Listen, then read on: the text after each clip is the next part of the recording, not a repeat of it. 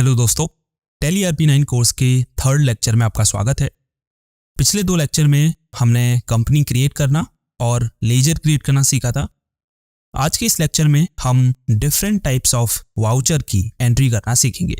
तो आगे बढ़ने से पहले ये समझते हैं कि टैली में वाउचर है क्या।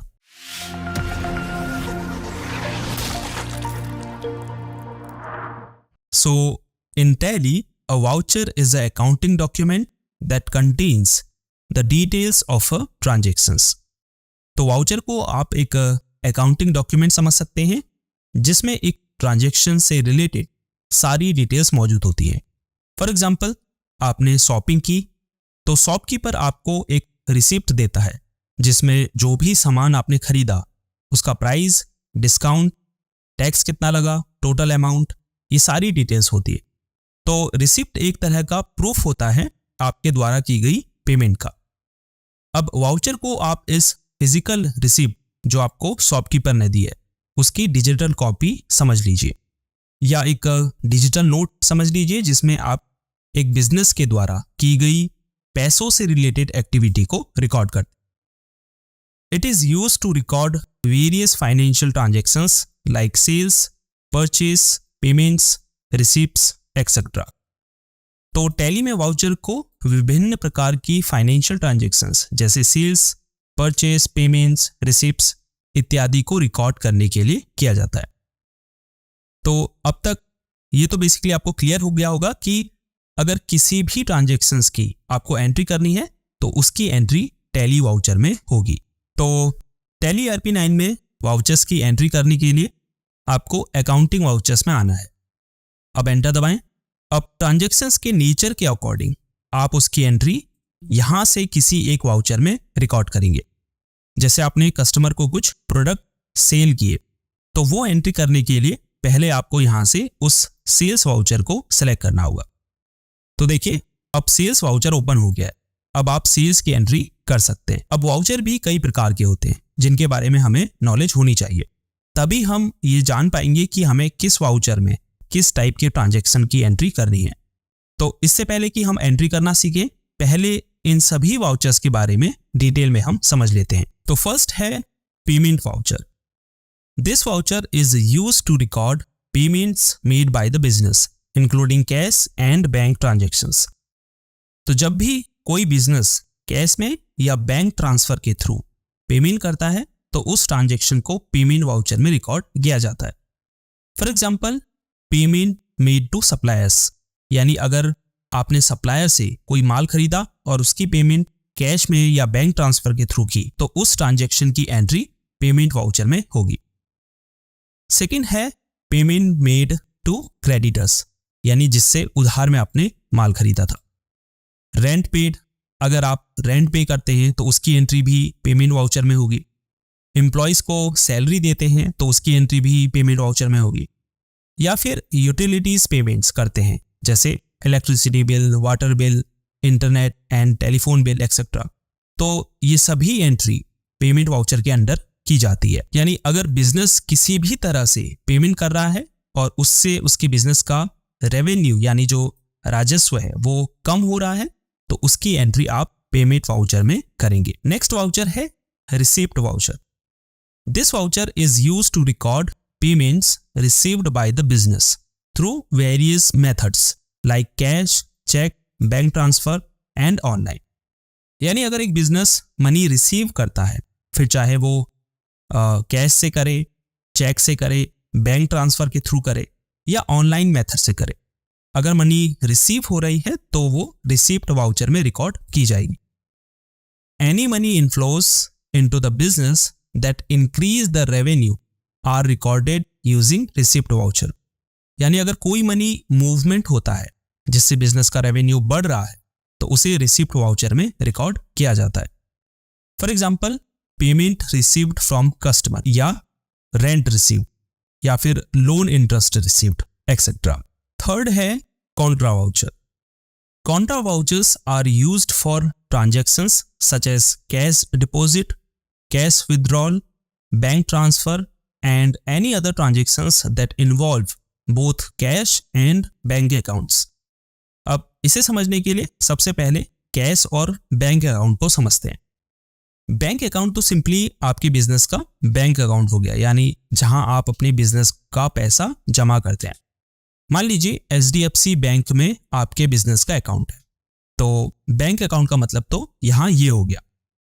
अब कैश अकाउंट का मतलब है कि जो भी कैश बैलेंस आपका बिजनेस होल्ड करता है, फिर चाहे वो कैश आपके ड्रॉर में पड़ा हो, पेटी कैश बॉक्स में हो, या फिर कहीं और अगर आपके पास कैश है तो वो मनी आपके कैश अकाउंट में आती है। हालांकि इस बात का ध्यान रखिए कि वो कैश आपके बिजनेस का होना चाहिए। तो कॉन्ट्रा वाउचर में हम वो ट्रांजैक्शंस की एंट्री करते हैं जब हम कैश अकाउंट से बैंक में कैश डिपॉजिट कर रहे हो, यानी कैश जमा कर रहे हो, या कैश विड्रॉ कर रहे हो, यानी बैंक अकाउंट से कैश निकाल रहे हो, या फिर बैंक ट्रांसफर कर रहे हो, यानी अपने एक बैंक से दूसरे बैंक में फंड ट्रांसफर कर रहे हो, या फिर एनी अदर ट्रांजैक्शंस जिसमें कैश और बैंक अकाउंट इन्वॉल्व हो, तो वो कॉन्ट्रा वाउचर में रिकॉर्ड होंगे। चलिए अब कुछ एग्जांपल्स के थ्रू कॉन्ट्रा वाउचर को और डिटेल में समझते हैं। पहला है cash account to bank account.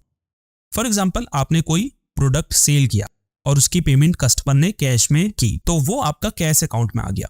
फिर आपने उस कैश को बैंक में जमा किया, तो इसकी एंट्री आप कॉन्ट्रा वाउचर में करेंगे। नेक्स्ट है bank account to cash account.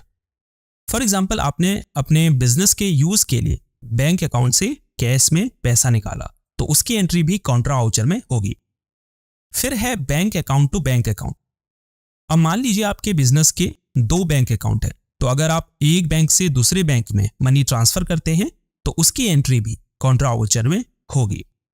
फिर है कैश टू कैश अकाउंट, या फिर इसे हम cash to petty cash account भी कह सकते हैं। अब एक बिजनेस पेटी कैश अकाउंट इसलिए बनाता है कि मान लीजिए उसे कोई स्मॉल पेमेंट करनी है, जैसे कि कोरियर की पेमेंट करनी है, या ऑफिस सप्लाईज की पेमेंट करनी है, या कोई भी छोटे मोटे एक्सपेंसेस हैं जो डे टू डे में होते रहते हैं, तो उनके लिए बिजनेस एक पेटी कैश रखते हैं जिसमें बहुत स्मॉल अमाउंट में कैश रखा होता है, उसे ही कहते हैं पेटी कैश अकाउंट। तो जब भी एक बिजनेस अपने मेन कैश अकाउंट से पेटी कैश अकाउंट में पैसा रखता है, उसे cash to cash account transfer बोला जाता है, और इसकी एंट्री कॉन्ट्रा वाउचर में होती है। तो कॉन्ट्रा वाउचर को अगर ब्रीफ में समझे, तो अगर आप अपने बैंक में कैश जमा कर रहे हैं या निकाल रहे हैं, या एक बैंक से दूसरे बैंक में ट्रांसफर कर रहे हैं, या फिर पेटी कैश अकाउंट में मेन कैश अकाउंट से पैसा रख रहे हैं, तो वो एंट्री भी कॉन्ट्रा वाउचर में होगी। चलिए अब नेक्स्ट वाउचर पर बढ़ते हैं, जो है sales voucher. This voucher is used to record sales transactions. तो सेल्स वाउचर का यूज सेल्स से रिलेटेड ट्रांजैक्शंस को रिकॉर्ड करने के लिए किया जाता है। It includes both cash sales where payment is received immediately and credit sales where payment is received letter.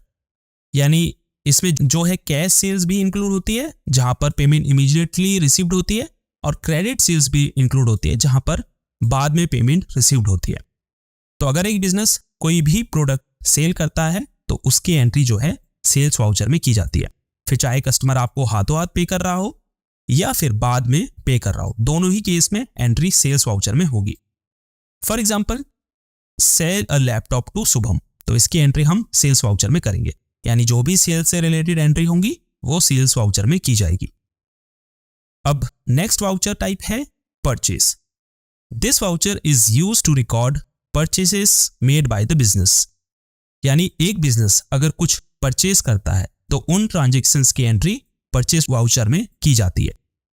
It includes both cash purchases where payment is made immediately and credit purchases where payment is made later. यानी इसमें दोनों cash purchase और credit purchase की entry शामिल होती है। For example, Indico tech solutions purchased 20 units of laptops from home computers at 30,000 rupees each. तो इस ट्रांजैक्शन की एंट्री होगी परचेस वाउचर में। नेक्स्ट वाउचर है journal voucher. A journal voucher is used to record transactions entries that don't fit into the standard vouchers like sales, purchases, payments और receive. तो journal voucher का उपयोग उन entries को record करने के लिए किया जाता है जो टैली के बाकी स्टैंडर्ड वाउचर्स जैसे सेल्स, परचेज, पेमेंट्स और रिसिप्ट्स वाउचर में से किसी भी वाउचर में फिट नहीं बैठती। यानी वो एंट्रीज बाकी वाउचर में रिकॉर्ड नहीं की जा सकती, तो इसीलिए हम उन्हें फिर जर्नल वाउचर में रिकॉर्ड करते हैं। Accounting entries that don't involve cash और bank transactions are usually recorded in journal voucher. यानी वो अकाउंटिंग एंट्रीज आमतौर पर जर्नल वाउचर में रिकॉर्ड होती है जिसमें कैश या बैंक ट्रांजैक्शंस इन्वॉल्व नहीं होता है। सिंपल भाषा में, ना तो कैश का कोई लेन देन हुआ, ना ही कैश जमा किया गया और ना ही बैंक अकाउंट से कैश निकाला गया। यानी किसी भी तरह की कैश और बैंक ट्रांजैक्शंस इन्वॉल्व नहीं होती है। तो कुछ एंट्रीज जो जनरल वाउचर में रिकॉर्ड की जाती है उनके एग्जांपल्स यहाँ दिए गए हैं, जैसे depreciation entries, provisions entries, adjustment entries, opening balances entries, write off balance entries, purchase and sale of fixed assets on credit etcetera. अब ये एंट्रीज क्या है, ये हम जैसे जैसे इस कोर्स में आगे बढ़ेंगे धीरे धीरे इनके बारे में सीखेंगे। अभी इतना समझ लीजिए, जो भी ट्रांजैक्शंस की एंट्री बाकी टैली वाउचर में नहीं हो सकती उसे हम जर्नल वाउचर में रिकॉर्ड करते हैं। अब नेक्स्ट वाउचर में बढ़ते हैं जो है credit note voucher. This voucher used for recording adjustments for goods return by customers और फॉर ग्रांटिंग डिस्काउंट्स और रीबेट्स टू कस्टमर्स। तो क्रेडिट नोट वाउचर का उपयोग टैली में तब किया जाता है जब कस्टमर कोई सामान रिटर्न कर दे या फिर अगर आप सामान पर डिस्काउंट या रीबेट दे रहे हो, तब क्रेडिट नोट वाउचर जनरेट किया जाता है। तो जब भी ऐसी एडजस्टमेंट आपको करनी हो जिसमें ट्रांजैक्शंस पहले हो चुकी हो, यानी कस्टमर ने सामान खरीदा और पेमेंट उसी समय की गई, पर अब किसी कारण से वो कुछ सामान को रिटर्न कर रहा है, लेकिन आपने सेल्स की एंट्री कर दी है, तो ऐसी एंट्रीज की एडजस्टमेंट आप क्रेडिट नोट वाउचर में करते हैं। For example, goods return by customer, discount of 10% to a customer on their invoice of RS 20,000। तो इस तरह की एंट्रीज क्रेडिट नोट वाउचर में की जाएगी। नेक्स्ट है debit note voucher. Debit note voucher is used to record transactions where a buyer returns goods to a supplier or receives an allowance from the supplier due to damaged goods, quality issues or pricing discrepancies। तो debit note voucher में वो transactions record की जाती हैं जब buyer यानी जो खरीदार है वो सप्लायर को सामान वापस कर दे। एक तो इस सिचुएशन में डेबिट नोट वाउचर बनाया जाएगा। इसके अलावा अगर सप्लायर से कोई भत्ता प्राप्त होता है या छूट मिलती है, यानी आपने माल खरीदा और बाद में आपको कोई छूट मिली या डिस्काउंट मिला, किस कारण से, या तो माल डैमेज था या क्वालिटी अच्छी नहीं थी या प्राइसिंग डिस्क्रिपेंसीज थी, यानी पहले जो प्राइस बोला गया था उससे ज़्यादा चार्ज लिया गया। तो इस सिचुएशंस में डेबिट नोट वाउचर यूज होता है। It's essentially a document issued by the buyer to inform the supplier about the return or adjustment। तो ये डॉक्यूमेंट बेसिकली इसलिए इशू किया जाता है ताकि सप्लायर को जो सामान रिटर्न किया गया है उसके लिए इन्फॉर्म किया जाए, या फिर अमाउंट में जो एडजस्टमेंट करनी है उसके लिए भी इन्फॉर्म किया जाए। इसीलिए जो है ये वाउचर जनरेट किया जाता है। For example, Indico tax solutions return the damage units to home computers and request a credit allowance for the damaged goods। तो इस सिचुएशन में डेबिट नोट वाउचर इशू किया जाए। ये थे टैली के कुछ most commonly used accounting vouchers. Hopefully आपको समझ में आ गया होगा कि किस वाउचर में किस तरह के ट्रांजैक्शंस की एंट्री की जाती है। नेक्स्ट लेक्चर में हम टैली में प्रैक्टिकली इन वाउचर्स में एंट्री करके आपको दिखाएंगे, तो नेक्स्ट लेक्चर को जरूर देखें ताकि आपको टैली में वाउचर का कॉन्सेप्ट बिल्कुल क्लियर हो जाए। जाते जाते वीडियो को लाइक करना बिल्कुल ना भूलें और अभी तक चैनल को सब्सक्राइब नहीं किया है तो अभी कर लीजिए। थैंक्स फॉर वॉचिंग, अपना ख्याल रखें। आपसे मिलते हैं टैली कोर्स के 4th लेक्चर में, तब तक के लिए गुड बाय।